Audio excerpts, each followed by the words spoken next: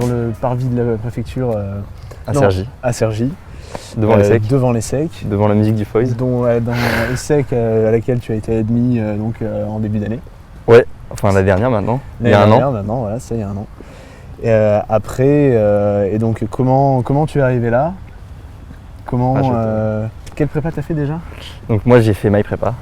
Ouais. Enfin, à l'époque c'était seulement en candidat libre. Ouais, mais donc prépa, en gros... c'est pas une prépa ça. Donc en gros c'est des cours en ligne. Mhm. Donc, comme tu sais que j'avais fait pendant 2 ans, les formules annuelles, un peu dans toutes les matières. Ouais. Et puis j'étais aussi en prépa classique à Montaigne. Et puis au bout de 2 mois j'ai décidé seulement de me préparer avec les cours sur My Prépa, voilà, les profs, les contenus pédagogiques de My Prépa, les livres en plus que j'avais. Et puis c'était comme ça que je m'étais dit qu'au bout d'1 an et demi, j'allais réussir au concours parce que je perdais un peu trop de temps en cours. Dès le lycée, j'avais commencé un peu à sécher parce que je me rendais compte que c'était pas focus sur le bac et puis ensuite pas focus sur le concours. Ouais. Donc moi j'avais vraiment besoin de cette mentalité, réussir pour le jour J seulement. Pas l'école, les DS du jour au lendemain, quoi. Bon, ça veut dire en fait tu t'es pointé à Montaigne, tu as fait la rentrée à Montaigne et au bout de 2 mois tu t'es dit bon là je perds du temps, je vais pas réussir le concours comme ça, il faut que je sois plus efficace. Exactement, je m'étais dit à l'époque, Cyril, tu vas terminer avec peut-être Grenoble, peut-être l'EDEC au bout de 2 ans, parce que quand même j'aurais suivi pendant 2 ans mes prépas. Donc j'aurais quand même eu l'avantage de faire la DP, les cours en maths avec Olivier, etc. La DP, donc c'est la dissertation parfaite en culture générale. Et je pensais que le temps perdu, vu que j'avais déjà du retard, que ce soit en mathématiques, dans toutes les matières, le retard que j'avais et le temps perdu en cours faisait que j'arriverais pas à rattraper. Donc c'est pour ça que j'avais besoin de gagner du temps et le seul moyen de gagner du temps c'était sacrifier un peu les cours qui étaient inutiles où je me pointais juste pour pas avoir de problème avec l'administration, quoi. Mais tu sais, ça fait vraiment écho à mon expérience personnelle. Alors moi j'avais aussi suivi les cours de maths d'Olivier à l'époque où la live class et My Prépa n'existaient même pas. Et je pense que j'aurais adoré faire comme toi. Parce que je sais que moi, j'avais des grosses difficultés en maths quand je suis arrivé en première année de prépa. Et je savais que si j'arrivais pas à rehausser mon niveau de maths très rapidement, ça servirait à rien de continuer. Donc j'avais été aussi hyper stratégique, je faisais des maths pendant mes cours de culture G, je faisais des maths pendant mes cours d'histoire géo en première année. Et ça c'est vrai que c'est super mal vu en fait par le corps enseignant, mais en fait c'était stratégique, il y avait vraiment une visée stratégique derrière. Olivier, j'étais coaché par Olivier faisait tout pour rattraper un niveau de maths qui était catastrophique. Et même après en 2e année, j'étais hyper stratégique, c'est-à-dire je savais que mon prof de culture générale n'était pas excellent, le cours était un peu gargantuesque, on devait en apprendre trop et c'était pas focus concours. Et c'est vrai que j'aurais adoré faire comme toi, alors moi au final... C'est vrai que, par rapport à ce que tu dis, il n'y a pas que le fait que ce soit mal vu, le fait de sécher les cours, etc. C'est aussi, je trouve, au niveau mental très difficile d'être autant frustré. Bah ouais. Et tu as dû ressentir cette frustration. Ouais. Et quand tu n'allais pas en cours, cette libération où enfin tu pouvais te concentrer sur toi-même, tes objectifs. Et c'est vrai que moi je l'ai ressenti cette frustration et c'est aussi un élément clé. C'est pas que l'administration qui allait me poser problème, c'est le fait que pendant 2 ans j'allais être prisonnier et j'avais besoin de cette liberté pour réussir au concours. Ouais. Et être bien serein. Je sais même pas si. Parce que je sais qu'au niveau mental ça n'a pas été facile, tu vois, les 2 ans.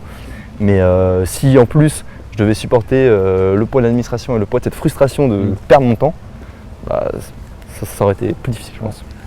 Ouais, parce qu'en final, quand tu passes 8 heures de ta journée en cours, où tu avances au rythme de la classe, que le professeur te fait des démonstrations de maths qui ne sont pas forcément toutes utiles au concours, tu rentres chez toi, tu es fatigué, c'est pas évident après d'aligner les exercices, les annales pour se préparer. T'es fatigant, mais et encore, moi je trouve pas que, justement, je pense que c'est le choix de la facilité, parce que les élèves qui font ça, 90% je dirais, ils sont attentistes en cours. Ouais. Ceux qui suivent. Oui, c'est la facilité dans le sens où tu te laisses porter. En fait. Exactement. Ouais. Et donc t'es pas à utiliser le plus de tes capacités mentales. Ouais. Quand tu es tout seul, tu bosses, en 4 heures tu dois faire tant d'exos de maths, tu dois les avoir corrigés, et tu les fais et tu te donnes à fond. Alors quand tu es en cours, il y a un élève qui sort une blague, machin, t'as la pause café. Enfin finalement, l'élève qui sort une blague en cours, pas trop en prépa, je sais pas. Non mais ça arrive. Non mais en revanche ce qui est vrai c'est que le prof dilue, 80% du cours, je me souviens en maths, c'était des démonstrations, quoi. C'est pas très utile au concours. Non, c'est clair, ça sert à rien en plus.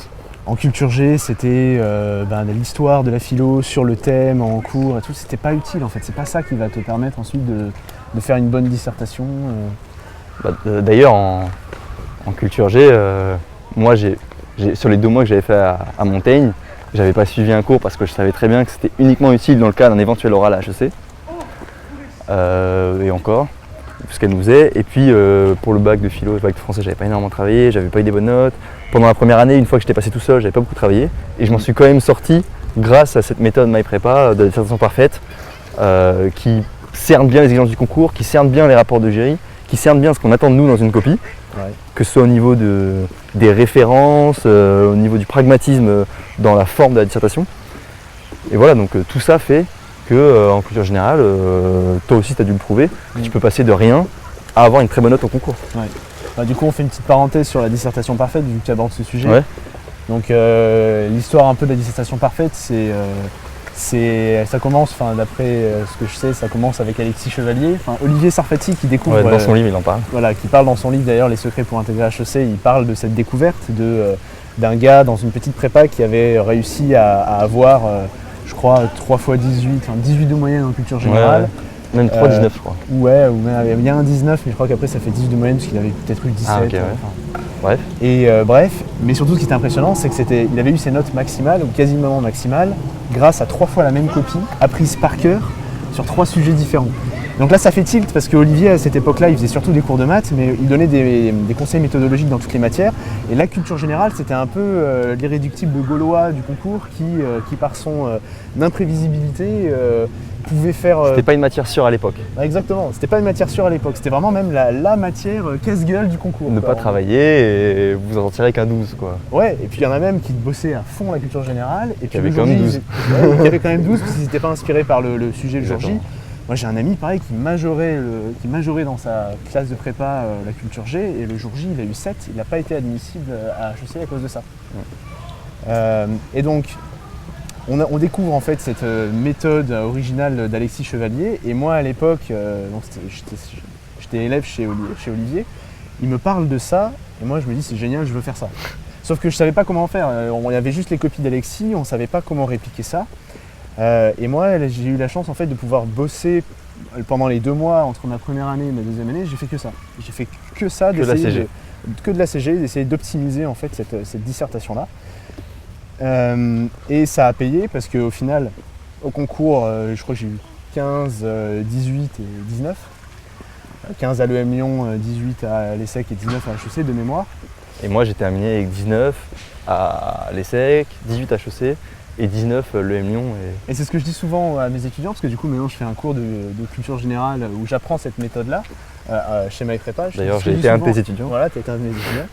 Et ce que je dis souvent à mes étudiants, c'est que Alexis Chevalier a inventé la méthode, moi je l'ai développée, c'est-à-dire je l'ai systématisée.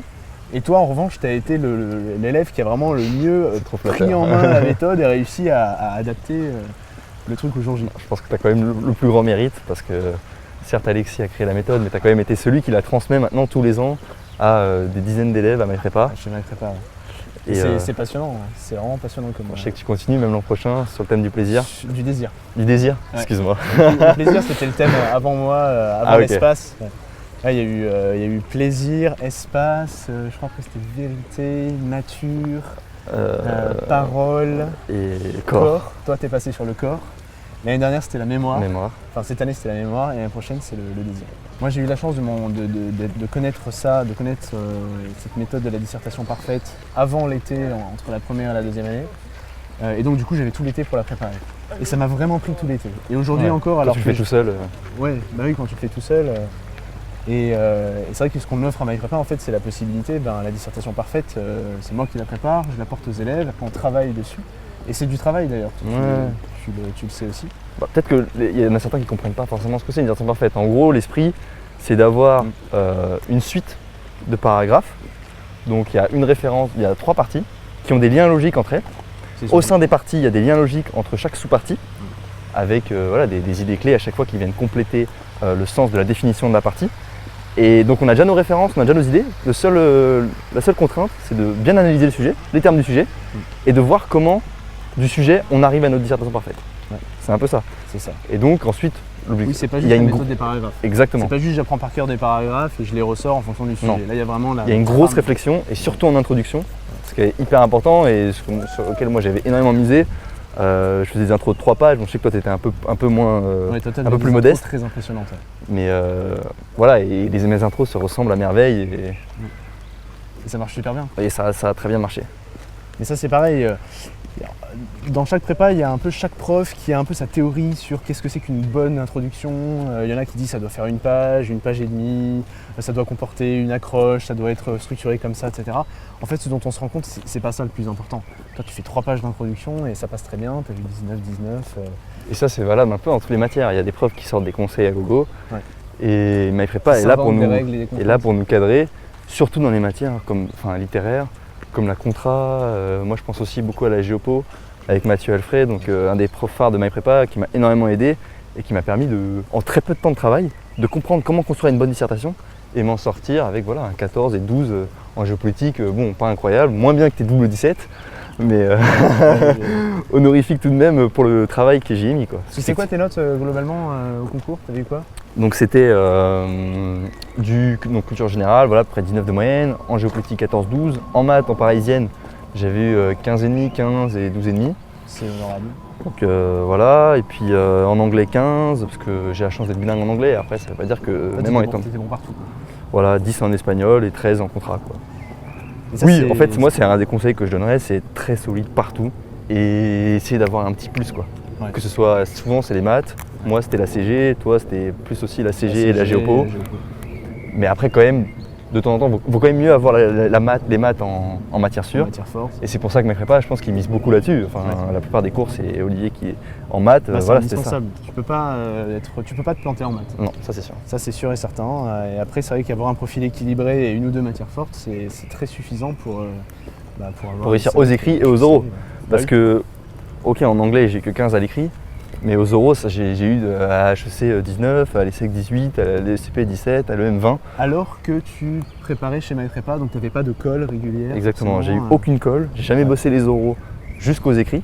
À la fin des écrits, au bout d'une semaine, j'ai contacté Mathieu Alfred qui est professeur donc, en anglais, espagnol, entretien pour les oraux et géopolitique. Et j'avais fait aussi quelques colles de mathématiques et de culture générale. Et en bachotant bien, en faisant énormément d'entraînement, ça m'a permis de réussir. Et ça, c'est aussi un des points forts de MyPrépa, c'est qu'ils savent qu'il faut de l'entraînement pour réussir. En CG, si on s'en sort avec la DP, c'est parce qu'on fait beaucoup de plans ensemble, sur les différents thèmes. En maths, parce qu'on fait bien les annales types, on les refait, il faut rebachoter. En géopo, pareil, il faut faire des plans. En contrat, il faut s'entraîner, c'est pas une matière comme ça. Et aux oraux aussi, il faut faire des colles et les enchaîner, même ça peut se faire à 2 mois du concours si on a du retard. Tu as raison. En fait, le truc, c'est qu'on travaille tout le temps en condition de concours. On travaille sur le truc qu'on veut, sur l'exercice en fait qui va être demandé au concours. On ne travaille pas sur autre chose. Et alors que en prépa traditionnelle, 80% du temps, tu emmagasines des connaissances et tu n'es pas en train de t'entraîner. Alors que toi, en fait, tu t'entraînes tout le temps. Exactement. Et c'est pour ça que quand on ne comprend pas pourquoi j'ai fait le choix de candidat libre, c'était qu'avec MyPrépa, j'avais cette permission pour aussi, de temps en temps, être mis en situation face à des très bons élèves, des très bons professeurs qui connaissent les exigences du concours, qui savent ce qui n'allait pas dans ma copie ou dans la correction de mon exercice, etc. Et qui ont pu aussi me remettre en question de temps en temps. Donc le plus gros défaut de la candidat libre, il était résolu. Et bon, maintenant, candidat libre, ça n'existe plus, c'est plus autorisé. Donc du coup, chez MyPrépa, on appelle ça des candidats MyPrépa. Exactement. Depuis l'année dernière, on est officiellement enregistré au rectorat. Donc on a le droit de présenter des candidats au concours, on a le droit aussi de délivrer des ECTS. C'est vrai que c'était une grosse contrainte et c'est bien que vous ayez hyper rapidement résolu le problème parce que moi souvent j'ai des candidats qui viennent vers moi. Non. Ouais. Alors que maintenant, un candidat qui vient chez MyPrépa et qui fait sa première année de prépa chez MyPrépa par exemple, même si après il veut bifurquer ailleurs, il repart avec ses ECTS et donc ses équivalences pour aller dans une autre formation. Chance que je n'ai pas eu, mais finalement ça a quand même payé. Ouais. Et mentalement, comment tu as vécu le fait d'être seul seul? Est-ce que tu étais seul en fait finalement? Parce qu'il y a le coaching quand même. J'ai jamais vraiment été seul. Il y a toujours eu effectivement le coaching, les cours au moins 2-3 fois par semaine. J'ai la chance d'habiter dans un quartier où il y avait des grandes bibliothèques pour travailler avec mes potes, voir ma copine, habiter chez mes parents. Donc c'est vrai que ce contact social, il m'a permis quand même de rester les pieds sur terre. C'est très important dans le développement de soi de toujours voir des gens, de discuter. En prépa, on n'a pas trop l'opportunité, surtout quand on est tout seul et qu'on ne va pas en cours, on ne va pas voir ses potes tous les jours. Donc là, j'ai eu cette chance-là. C'est comme ça que j'ai aussi su faire face à la pression. Il y avait aussi des conseils d'Olivier comme faire un peu de méditation tous les matins. Ouais, avec Timambou l'application. Timambou l'application. Où j'en faisais genre 20 minutes tous les matins jusqu'à la fin de mes oraux. Et puis ça m'a beaucoup permis de me canaliser et me concentrer sur le moment présent. Et puis il y a des formules maintenant moi j'avais eu la chance de faire 1 ou 2 séances avec Monsieur Sabatier, Ouais. qui est aussi le professeur de coaching mental chez MyPrépa. Ouais. Et c'est vrai que en fait, toi, tu étais un peu aussi le bêta-test, j'ai envie de dire, de ce candidat 100% MyPrépa. En fait, c'est avec ton expérience où on s'est dit il faut faire quelque chose en fait. Il y a une demande et nous, on sait y répondre. Mais aujourd'hui, l'offre est beaucoup plus structurée, il y a beaucoup plus d'heures de cours, la prépa mentale est automatiquement ajoutée, il y a la dissertation parfaite qui est automatiquement ajoutée, il y a des cours tous les jours, c'est beaucoup plus structuré, il y a un coaching régulier toutes les semaines, un directeur pédagogique qui t'appelle, qui voit où t'en es, tes objectifs, etc. Donc en fait, on est beaucoup plus suivi maintenant que ce que toi tu l'étais. Donc si toi tu as réussi, c'est clair que ce qu'on va faire aujourd'hui… c'est qu'il n'y a pas non plus besoin d'avoir peut-être autant de confiance en soi ou de force mentale pour y arriver dont j'ai pu faire preuve le jour du concours, parce qu'il y aura ce suivi supplémentaire. Et même je pense que c'est d'après ce que tu me dis, je sais pas si tu peux avoir un meilleur suivi, même en prépa quoi, à intégrale ou dans une grande prépa privée ou publique, il n'y aura pas ce suivi là, je pense. Hebdomadaire des professeurs qui te disent voilà c'est bien, tu as avancé sur ton objectif, machin. Et d'autant plus que c'est en ligne, du coup, il n'y a pas cette ségrégation, j'ai envie de dire, géographique. Si tu habites dans le fin fond du sud de la France comme moi, tu n'as pas forcément accès aux meilleurs cours et aux meilleurs qui sont à Paris, quoi. On va pas se le cacher. C'est vrai. Et même en étant à Paris, j'ai fait ce choix de MyPrépa. Alors que j'aurais très bien pu aller juste à côté à IPSup. Exact. Donc c'était vraiment le choix de l'efficacité, de l'efficience en fait même. Et j'ai été convaincu le jour où je suis allé à la librairie Erol et j'ai découvert le livre d'Olivier, Mes secrets pour intégrer HEC, dont on a parlé tout à l'heure. Et... Ceci n'est pas un placement de produit, mais… Non, mais c'est vrai que je l'ai relu plusieurs fois ce livre et ça a été la base de ma stratégie en prépa, quoi. Top. Bon bah merci beaucoup Cyril. Merci Ken. Pour cette interview, c'est toujours un plaisir. Toujours un plaisir.